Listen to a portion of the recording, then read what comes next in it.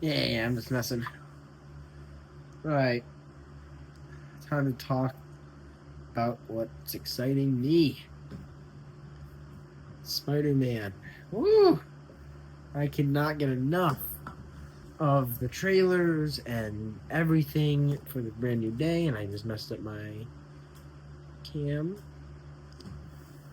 So I want to go on here, talk to myself, and then post it.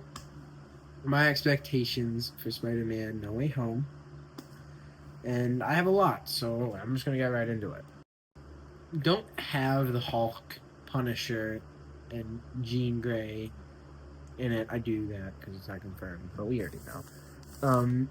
Don't just have them in it to have them in it. Like, contribute. Obviously, Jean Grey is the main villain. Yeah, I'll get to that later. But then the Hulk and Punisher just don't have it in because he's the Hulk. I don't think the Punisher will be used like that. It doesn't seem like that based off the trailers. And it does seem like they're just using Hulk as a raging monster. But you know what? That's what the MCU Hulk has been degraded to. Either a raging monster or smartest creature on Earth. I don't know. It's whatever. But yeah, I mean, I just hope that it's a tolerable cast of characters. Because honestly, if we look back at the other Tom Holland Spider-Man movies, the supporting cast isn't always great, or it's just too much. You know, like Homecoming, Happy, Ned, Liz were all a good supporting cast. But then you have someone like Iron Man, like, all right, yeah, he's not in the movie a lot, but honestly, he kind of overshadows Peter in those scenes. Especially, I mean, the absolutely amazing scene that I love where he just yells at Peter saying that if he's nothing without the suit, he shouldn't have it. Great. And then in Far From Home, I really didn't like the inclusion of S.H.I.E.L.D. and Nick Fury. Like, that just was kind of meh. And then Ned and Betty, they were just there doing whatever. And MJ was really good in that movie though. But then No Way Home is where they really picked it up. But the supporting cast was kind of ridiculous. MJ and Ned were great. Doctor Strange was good for what he was there for. Uh, sorry, my mom texted me. So they were good for what they were supposed to be there for. Doctor Strange, I'm talking about. But then the cast of characters. By the way, when I say cast of supporting characters, I don't mean the main villain. But let's be honest, Lizard, Doc Ock, Electro, and Sandman, four minor villains. Doc Ock was both, but like that was kind of crazy. I mean, I loved it, but it was kind of crazy, and it did really distract from the rest of the movie, though. And then you get to the two biggest ones, Peter 1 and Peter 2, Andrew and Toby, sorry. Yeah, they really took away from Tom, and Tom was really good in this movie, and I feel like people forget that because this whole movie was kind of based around them, like their universe is just coming into Peter's. So, but now it looks like in this one, it looks like they're gonna be used more as not characters to outshine Peter, because Toby and Andrew had moments where they were outshining Tom, and like I said with Iron Man as well, and then it felt like Nick Fury was just there, you know.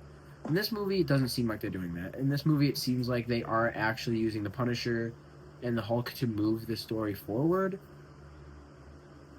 Whereas, like, Toby and Andrew were just kind of a cop out to make Tom feel bad and do the right thing. That's what it felt like to me. And Jean Grey is obviously, the way I have it, the way I see it, it's like she's trying to force Peter to realize what's wrong with the world outside of just villains running around. So, then going to more supporting characters in that, yeah, the Scorpion, and it looks like he's going to be a big supporting character, and it looks like they fight multiple times. I'm pumped for that. That's just a Spider-Man villain. In my mind, if you're doing a Spider-Man movie, it can't just be Spider-Man fighting one villain the whole time, because Spider-Man has a giant list of rogues gallery, kind of like Batman. You know how in the Batman, the Robert Pattinson one, the Batman, uh, he had the Penguin and the Riddler to deal with. That's good. And in this movie, it's looking like he has Scorpion, And then, of course, who I just mentioned, for some reason I cannot think of his name. Hulk. There we go. Scorpion and Hulk as minor villains to build up to the big villain, which is presumably Jean Grey.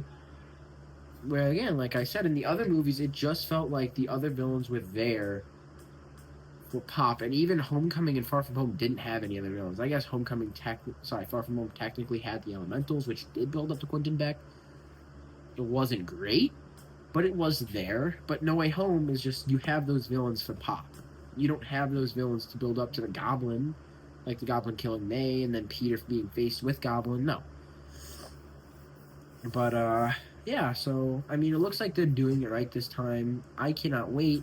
We're gonna get on to the next topic though. What I want to talk about now is the main villain. So obviously we don't know who the main villain is, and obviously most people think it's gonna be Jean Grey. I gotta plug my GoPro in real fast. Slow. Didn't charge it before this. So obviously people think it's gonna be Jean Grey. I think they're actually leading it up to be Peter's the main villain, because through all we've seen through the trailer, I can't think of the comic runs, and I feel stupid, but I'll use this. Spider-Man 2 with Tobey was Spider-Man losing his powers because, of how he felt. And this is kind of like the flip side to this. This is a comic thing, and for some reason I can't think of the comics. I'm making this on the fly. I'm not looking that up. I just want to get on here and talk. So, what was I saying? Oh, yes. This is like Peter is going so hard into being Spider-Man that he's losing his humanity. And I think that's absolutely great. Like, yeah, we love Spider-Man suffering. Everyone does, apparently. But it makes sense. Peter doesn't have anything at this point in his life.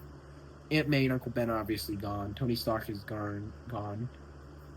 That's not a word. Happy's no longer in his life, and MJ and Ned obviously don't remember who he is. So yeah, he is fully alone. He obviously doesn't have Gwen Stacy or anything. So it makes sense that he's going full into Peter Parker. Sorry, Spider-Man, and neglecting Peter Parker. And I think that's going to make for a really interesting story. And I think that's what they're building up to the main villain being. Like, Jean Grey is just there to help him realize that it's the outside world and him that are the problems in his life. Because obviously the outside world is like the villains and the Spider-Man stuff. But then he is his own villain because he is kind of destroying his own life to build up Spider-Man's life. That's what I think they're going to do with the villain. I can't wait to see, of course, but I'm very excited. This one's a rough one because I know people have a bunch of opinions on it, but the general consensus is that Peter looks great in this movie, and I 100% agree.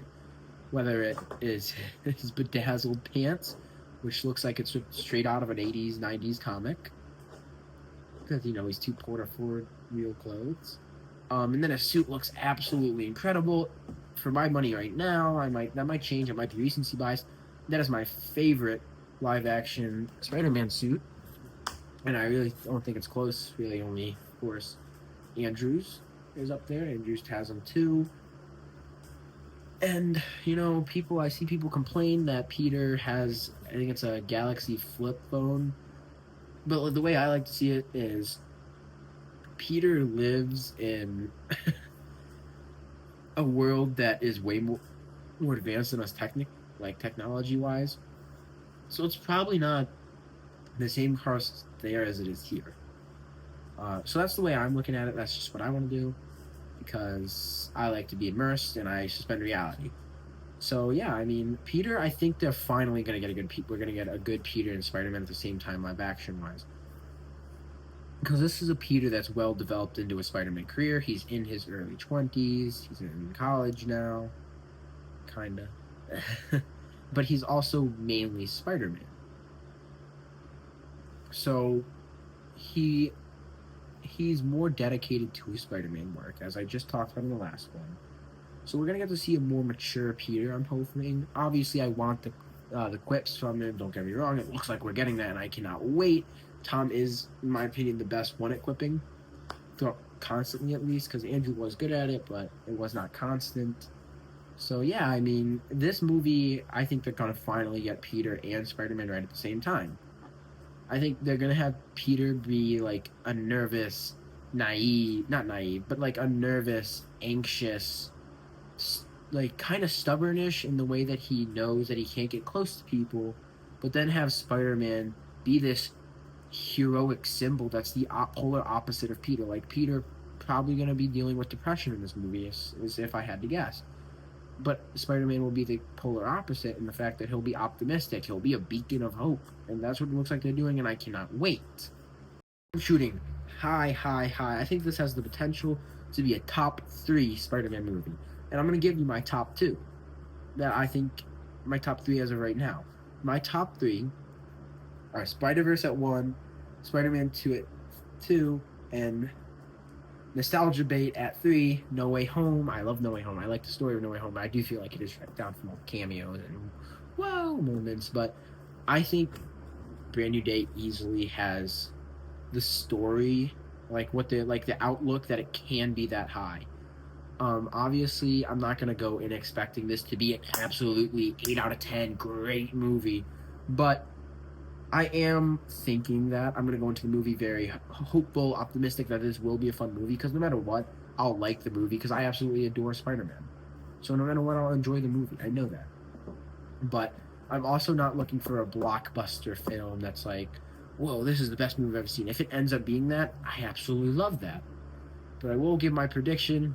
Like I said, top 3 live-action Spider-Man movie, not live-action, just top 3 Spider-Man movie in general, and a top-tier MCU movie, and probably the best MCU movie of Phase 5. There's been a few good ones. I mean, Thunderbolts I liked, but it's been very underwhelming. So that's my prediction. If anyone does watch this, let me know what you think in the comments. I've talked to a few people about this film and seen what they're excited for and all that, so I'd love to hear any more. So take care. I love you all.